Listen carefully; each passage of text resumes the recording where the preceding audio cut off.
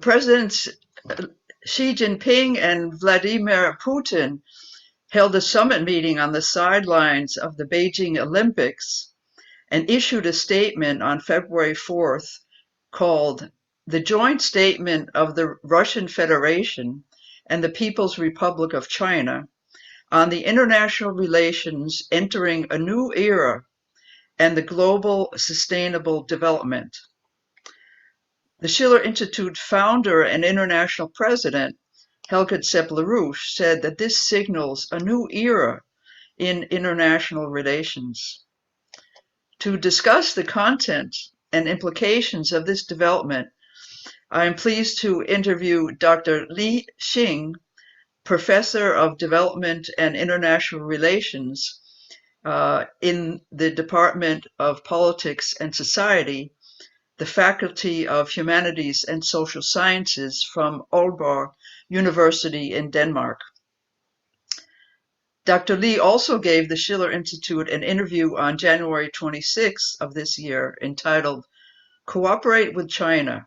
It is not the enemy." Before we go into details, can you please give us your assessment of the overall importance of the summit and statement, including what it means for relations between Russia and China and China-Russian relations with the rest of the world? And at the end of the interview, we will also discuss what it means in the current very tense situation between Russia and NATO. Okay. Thank you, Michelle, for your invitation. It's my pleasure to be invited again by Schiller Institute. First of all, let me emphasize that it is a landmark document. Why? It is because the document emphasizes new era, or I quote new era, declaring a shift in the world order, a multipolar world order in which the US and the West are not the only rule makers, and Russia and China take the lead and lay out a set of principles and shared worldview. This is the first, my general kind of summary. Second, unlike the US-led alliance, China-Russia relationship is described by the joint document as a close, comprehensive strategic partnership. In Putin's early words, he said the China-Russia relationship is a relationship that probably cannot be compared with any in the world, with anything in the world. The relationship is not aimed against any other countries. It is superior to political and military alliance of the Cold War, here referring to the US-led alliance. It also echoes Xi Jinping's recent statement that the relationship even exceeds an alliance in its closeness and effectiveness. So the document tries to demonstrate that the China-Russia relationship is a good example of interstate relationship. Well, let's look at this statement now, which has an introduction and 4 parts. And I will ask you to explain your analysis of the importance of these different parts. You have characterized the introduction as, quote, a conceptual understanding and analysis of global changes and transformations taking place in the current era, unquote. It especially refers to the transformation from a unipolar to a multipolar world. Can you please explain how the statement addresses this and what it means? Yeah. So in the beginning of this statement, which means is part 1, it puts forward both countries' conceptual understanding of the world order, which is characterized, quote, as multipolarity, economic globalization, information society, cultural diversity, transformation of the global governance, architecture, and world order, increasing interrelation and interdependence between the states. A trend has merged towards, now here I want to emphasize, redistribution of power in the world. redistribution of power in the world. This is what they try to emphasize. Second, this part also clearly set up a series of analysis, arguments, and discourses to demonstrate both countries' understanding and to emphasize the fact that the world order has entered a new era. Again, new era are the key words for this document. Lastly, in this beginning part of the joint statement, it shows both Russia and China's grand worldview that pave the foundation for the two countries' broad consensus on almost all issues of the world, which we will deal with it one by one later on. Well, in part one is about the question of democracy. And it starts by saying, quote, the sides, that is China and Russia, share the understanding that democracy is a universal human value rather than a privilege of a limited number of states, and that its promotion and protection is a common responsibility of the entire world community. But the charge is that China and Russia are not democratic, but rather autocratic. This is one of the leading accusations by those in the West who are trying to maintain a unipolar world. And they portray the world as a battle between the Democrats and the autocrats. How does the document respond to this and treat the idea of democracy? Actually, this document occupies quite large space in discussing this point.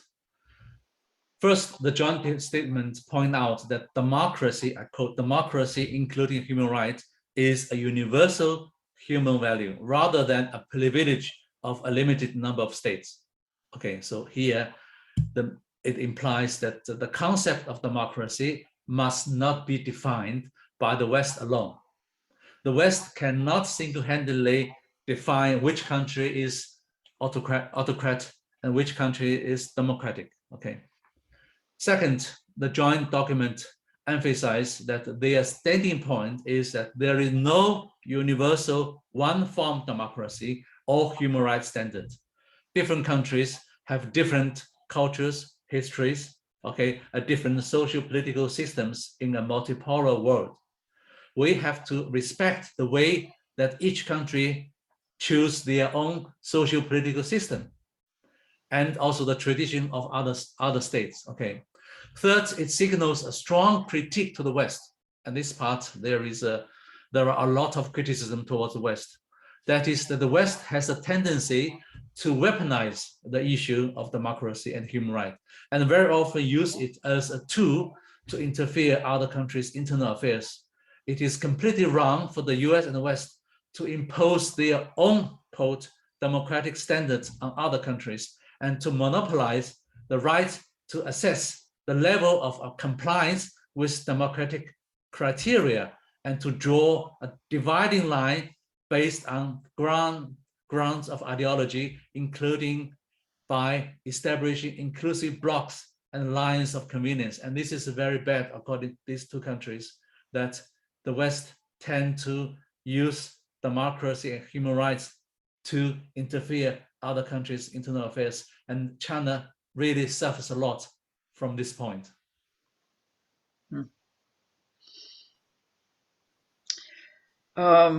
Let's go on to part two. Well, just before we get that, how would you say democracy works in China?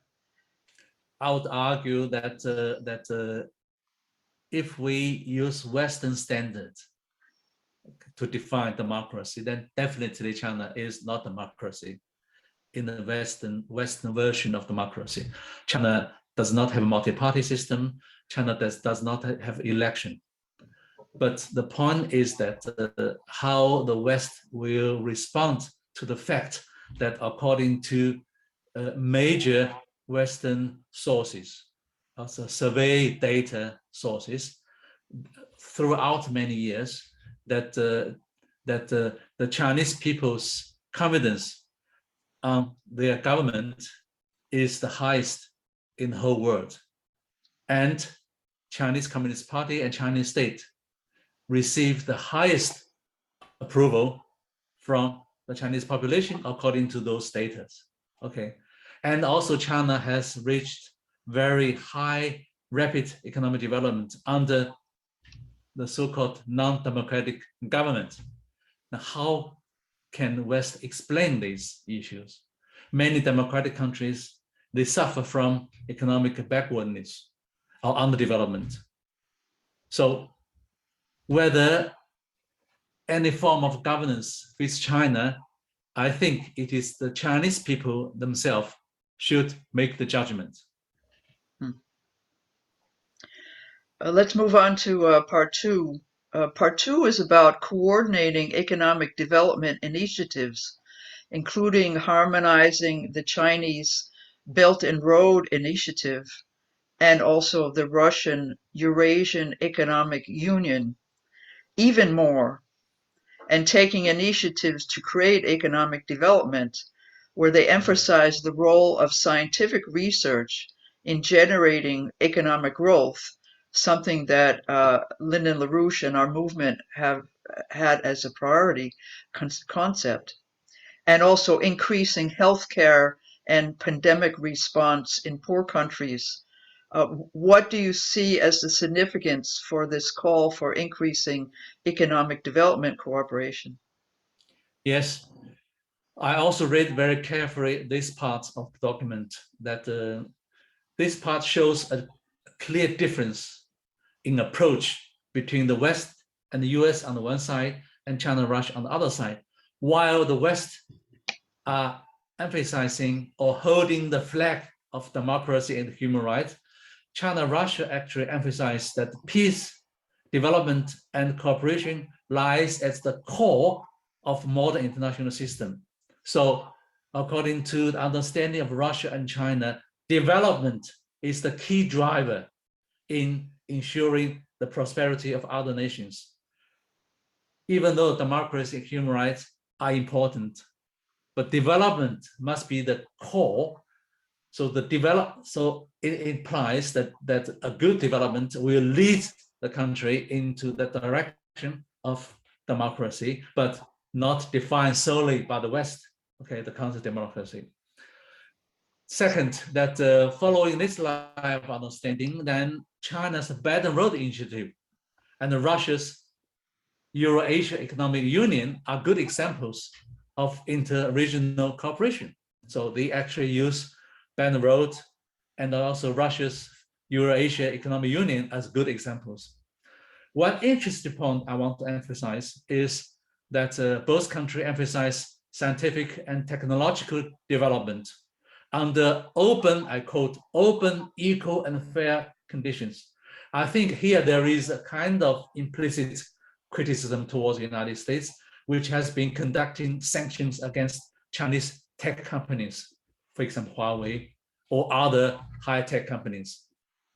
So finally, a remark here is that both countries show their commitment to Paris Agreement and to combat the COVID-19. And these two issues are the most vital issues for the international community today. So it is a call for every country to give their emphasis on these two vital issues: climate change, Paris Agreement on the one side, and COVID-19 on the other side.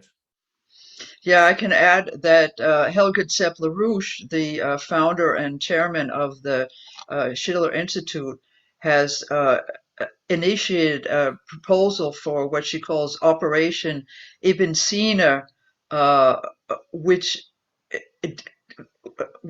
deals with the terrible humanitarian catastrophe in Afghanistan, leading off with creating a modern health system in Yes. every country.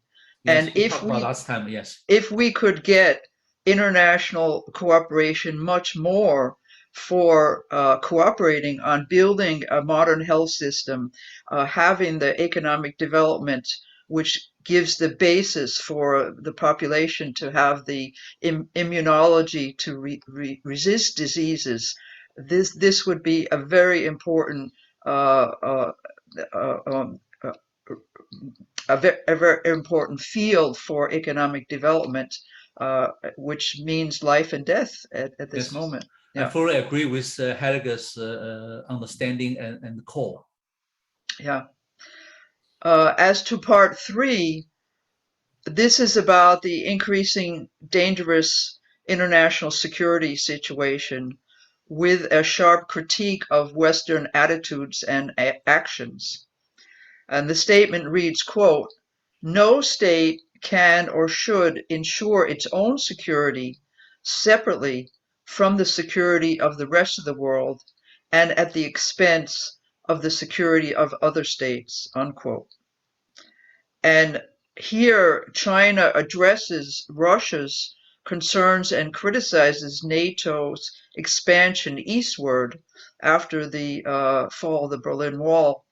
And Russia addresses China's concerns by reaffirming the One China principle and about building uh, regional alliance, yeah, different regional alliances against China, the Quad and the AUKUS. It also praises the recent P5 statement against nuclear war. Uh, can you say more about China and Russia's concerns? And do you think that this is a call for a new international security architecture? Yes, if you read the document carefully, and this part on international security architecture or the understanding of international security occupy quite long space. So it is a very important part for China and Russia. In this part, the statement actually is bluntly clear about their mutual support to each other's national security concern. For Russia, it is connected with the Ukraine crisis, but the document that does not mention Ukraine specifically, but it is connected, okay? But for China, it is a Taiwan issue, definitely. So they show their mutual support to each other. On Russia's concern of its national security, both countries oppose, quote, further enlargement of NATO and respect the sovereignty, security, and interests of other countries. And it clearly points out there will be no peace if states seek to obtain directly or indirectly unilateral military advantage to the detriment of the security of others. That shows that the plan of NATO to kind of enlarge its membership to circle around Russia. So the document claims that by doing so, it makes security for the Western side, but for Russia, it is a danger. Okay, it is a national security concern. On the Taiwan issue, Russia reconfirms that Taiwan is part of China. Okay, one China policy, and it is against any form of Taiwan's independence. Okay. Third, the joint statement also openly criticized the formation of closed bloc, as is just what you mentioned about Quad. It didn't. The document does not mention Quad, but it does mention AUKUS. Okay, so the document shows that both countries oppose U.S.-led camps, military camps or security camps in the Asian Pacific region. Okay, implying Quad and AUKUS definitely. And it pointed out that the negative impact of United States Indo-Pacific strategy. Finally, the two countries call for a new international security architecture with, quote, equal, open, inclusive security system that is not directed against any third country, and it should promote peace, stability, and prosperity. So this part is very important for China and Russia to challenge the traditional international security architecture and call for a new international security architecture, which I will touch it a bit later. Yeah, many of the political spokesmen in the West have criticized Russia and China for not adhering to the rules-based order. And here in part 4, China and Russia write that they, quote, strongly advocate the international system with the central coordinating role of the United Nations in international affairs, defend the world order based on international law, including the purposes and principles of the Charter of the United Nations, to advance multipolarity and promote the democratization of international relations, together create an even more prospering, stable, and just world, and to jointly build international relations of a new type. And it continues, the Russian side notes the significance of the Chinese concept of constructing a, quote, community of common destiny for mankind. So can you say more about the significance of this section about global governance and the difference between the question of the rules-based order and an order based on international law as laid out by the United Nations Charter? Yeah, this part is extremely interesting because it touches the fundamental clashes between China, Russia on the one side, and the US and the West on the other side about rule-based order. China, in particular, has been criticized a lot, as you also mentioned, that China has been accused by the US of about not following the rule-based order. If we remember the dialogue between Chinese delegation and the US delegation in Alaska, December last year, 2 years ago, then we still remember the clash that China claimed that the US rule-based order does not represent the global rule-based order. Rather, United Nations here, the China emphasized United Nations should play the central coordination role in international affairs.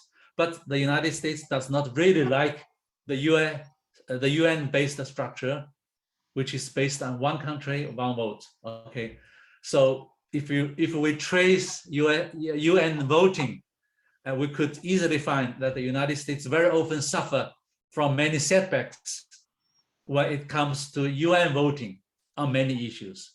So that's why China emphasized United Nations-based rule-based order, whereas kind of United States prefer a US-based rule-based order. And this joint statement also call for advancing multipolarity and promote democratization of international relations. In my interpretation, democratization of international relations implies power structure embedded in the Bretton Woods system, which was created by the United States after the Second World War, does not really reflect the new era, as I pointed earlier, the new era, which China and Russia think they need reform. Okay, here definitely, again, from my interpretation, refer to international financial institutions like the World Bank, like IMF, where the Chinese voting power is proportionally weaker than it should have, according to its economic size. Okay. And also that the joint statement also mentions that China foreign policy goal. You mentioned, as you mentioned in your question, community of common destiny for mankind, which was raised by President Xi Jinping. Okay, and in this nexus, that China's Belt and Road Initiative is a good example, seen from a Chinese point of view, a good example of community of common destiny for mankind, in which that the Belt and Road intends to promote through worldwide infrastructural investment the formation of a new global economic order through creating community of shared interest and a community of shared responsibilities. Unfortunately, the West does not really like both community of common destiny for mankind and Belt and Road Initiative, because they are interpreted as the Chinese agenda to transform global governance and the rule-based order. However, I really think that the West should rethink their pose, and they must face the fact that Belt Road Memorandum has been signed by 148 countries and by 32 international organizations. So, according to my judgment, that that Belt Road and also Community for Common Destiny for Mankind have already become an indispensable part of global governance and global order. Yeah, this is to also underscore what you said before about how the importance of economic development is Exactly. for the well-being of the countries. And here you have China, which was the first country to eliminate poverty in their country over the last 40 years, and is offering this as a model for other countries to get economic development. The slogan of the Schiller Institute is peace through economic development. Exactly. That the way that you can get countries who have perceived each other as enemies to rise up to a new level, to seek common interests, is through arranging economic development programs, not only for a single country, but for the whole region, which encourages them to work together. And you spoke before about the Chinese criticism of the Bretton Woods institutions.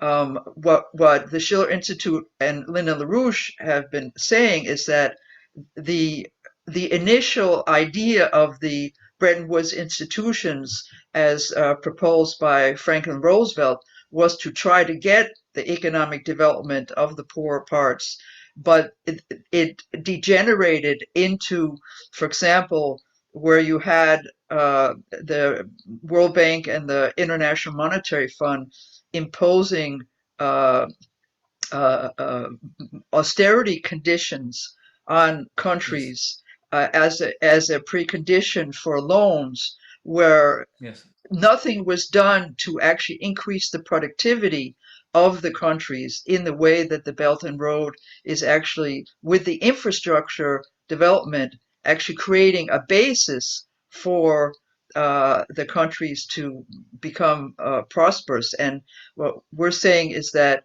the total change in the international financial institutions are absolutely necessary now, uh, at a point where the financial speculation is blowing out hyperinflation, and we need to have a new economic architecture, you could say, based on the physical development of the countries. I fully agree with your remarks and comments. Mm. Um, Then another important statement in part 4 is that Chinese-Russian relations have reached a new level, as you said at the beginning, a new era.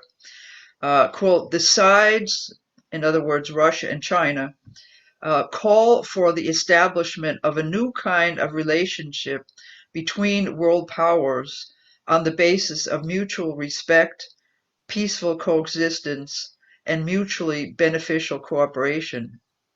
They reaffirm that the new interstate relations between Russia and China are superior to political and military alliances of the Cold War era. Friendship between the two states has no limits. There are no forbidden areas of cooperation.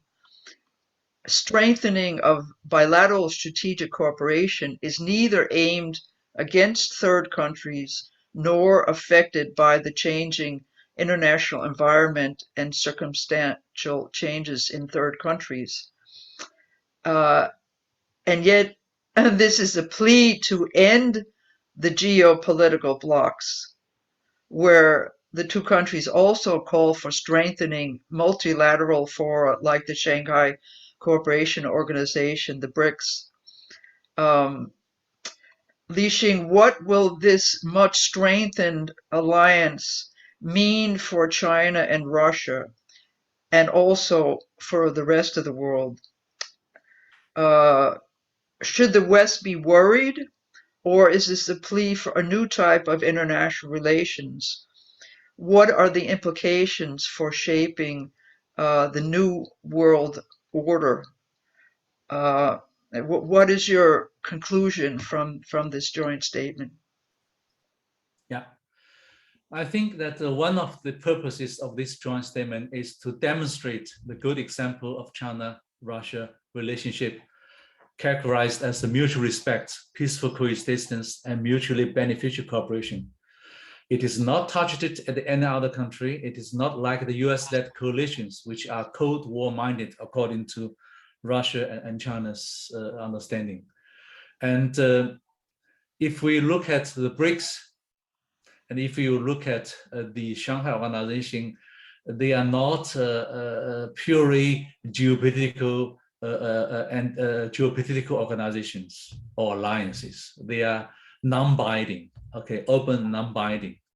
So after I read the document several times, and I reached the conclusion that the multipolar world order is over.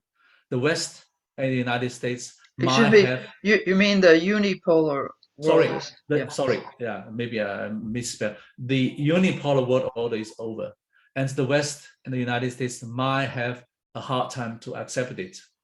So the joint statement shows a strong unity between Russia and China. So my question is that where is the West unity after the Cold War, and when the unipolar world order is over? How strong is the transatlantic relationship today? I don't know. I'm asking an open question to the West, the US. The West must rethink, especially the US must rethink its Cold War strategy of reviving unity through creating enemies. And I think this is a completely wrong strategy in a multipolar world order, and where countries are much more kind of interdependent. So it is necessary for the US to rethink its own version of rule-based order, in which the US is the rule maker and others are rule followers. And this does not work in the new era anymore. So this is my conclusion after reading this joint statement. Now, as to the current situation, today is the 22nd of February, and yesterday, Russia recognized the two breakaway republics in Ukraine as independent republics, which is now going to lead to very heavy sanctions by the West.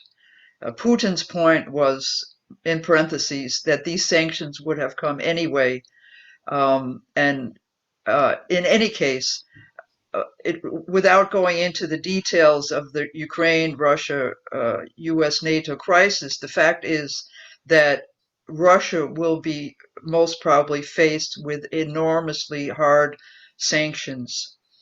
In our last interview, you said, you were asked, for example, if Russia was thrown out of the SWIFT system, how would China react? Now it's a question not only of the SWIFT system, but other major financial penalties. How do you see China reacting in light of this joint statement to the new sanctions against Russia that will most probably come?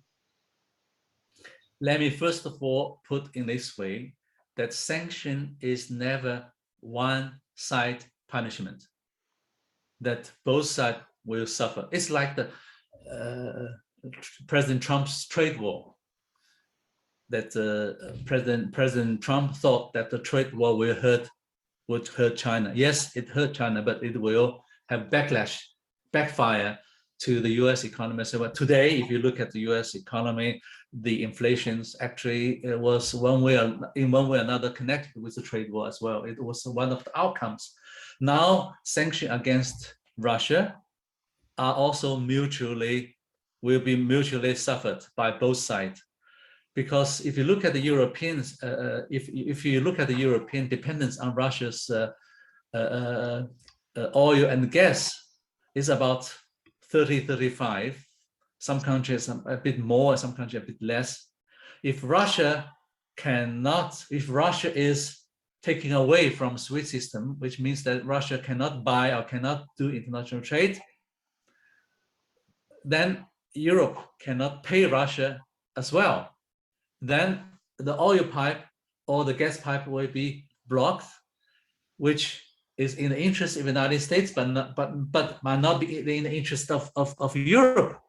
This is the first point. Okay. Second, that China and Russia have already agreed that they are not going to use dollar for their bilateral trade. So that doesn't really matter, seen from Russia and Chinese perspective, and in light of the spirit of this joint statement. So definitely China will continue to do business with Russia. And if US say that any country who is doing business with Russia will be sanctioned as well, then US is creating even a bigger enemy. And China is different story.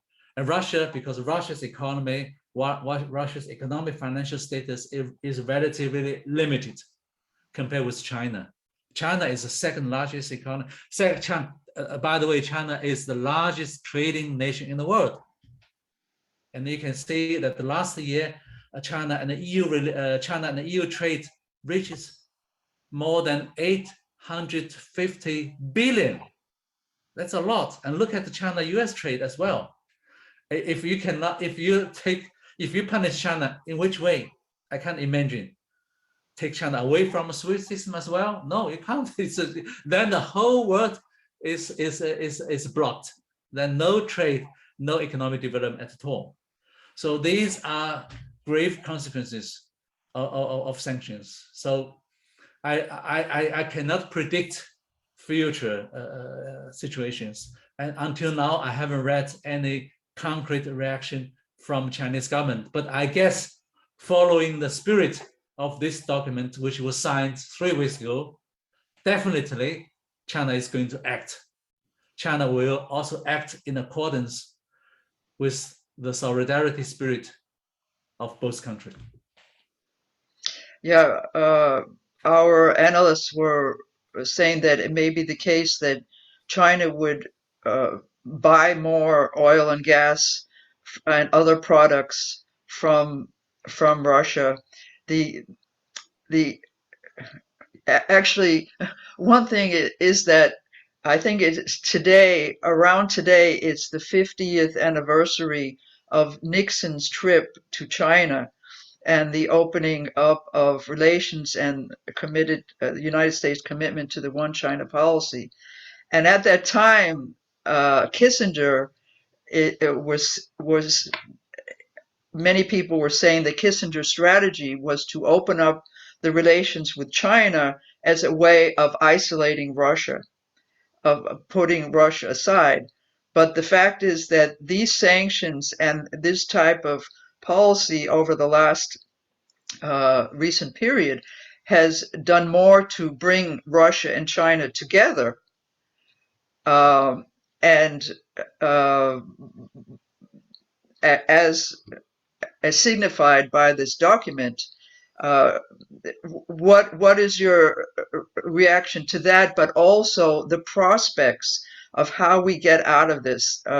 Lyndon LaRouche for many years called for a four-power agreement between the United States, Russia, China, and India. How can we break through looking at the world as Russia, China on one side, and U.S. and Europe on the other side? How can we get a cooperation between the great powers for the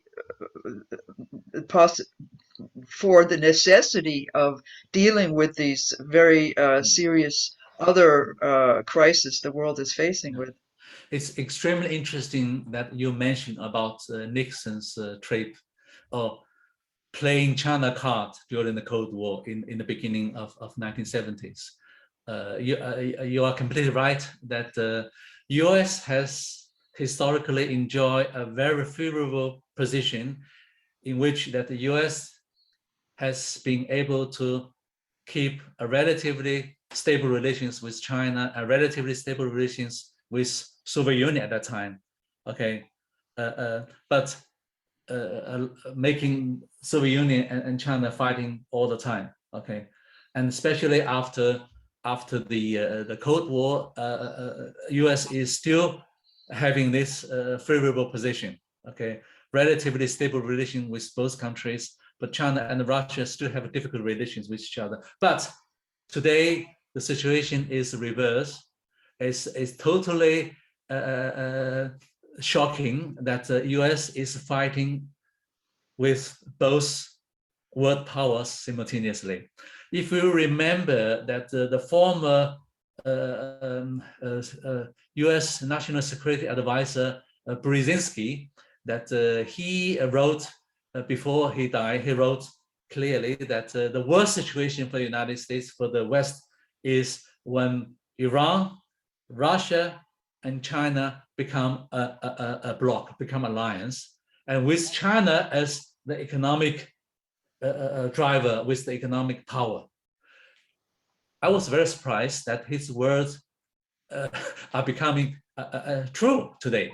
So the only way we can come to your second part of the question is that we can manage major power relations is in line with the spirit of what the Schiller Institute conference taking place last week about establishing a new international security architecture. There is no other way that the Western dominance, the US single-handed dominance is over. Unipolar is over. So we need that Helga should propose establish a new international security architecture. We don't know what exactly the form of this architecture, but that needs discussions from both sides. Unless we form, or international community form, a kind of agreed new international security architecture, conflict will continue. Yeah, and then as we spoke, that it goes hand in hand with the increasing economic cooperation and the determination of the great powers to really do something for the economic development of the poor parts of the world. Yes, definitely. Yeah. I agree with you. Thank you. Is there anything else you would like to add? No, I just want to add the last point. That is that I am very amazed by this joint statement because I have come across many joint statements by two countries or by multiple countries. Okay, but this one is the most comprehensive political document I have ever come across because it covers every aspect of the world order, international relations, governance, security, value, norms, technology, climate change, health, you name it. So it is extremely a comprehensive document which shows what Russia and China invasion as a justified world order. So I would argue that this document implies a kind of new world order which Russia and China are going to not only propose, but also push forward. Unfortunately, this document has been demonized by many Western media. I have read many media talking about that, to me, it's a kind of Cold War syndrome, because those media describe the document as creating a bipolar world.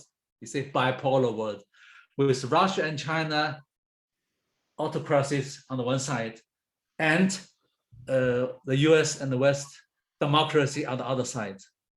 So to me, again, it's dividing line that showing that this document is making divisions between two camps again. So to me, this is a typical Cold War syndrome. So again, I come back to my last point that we need a new international security architecture, as the Schiller Institute also proposed in the conference last week. Otherwise, there will be no peace and development. Thank you. Thank you so much, Li Xing. This has been a very important discussion. Thank you very much.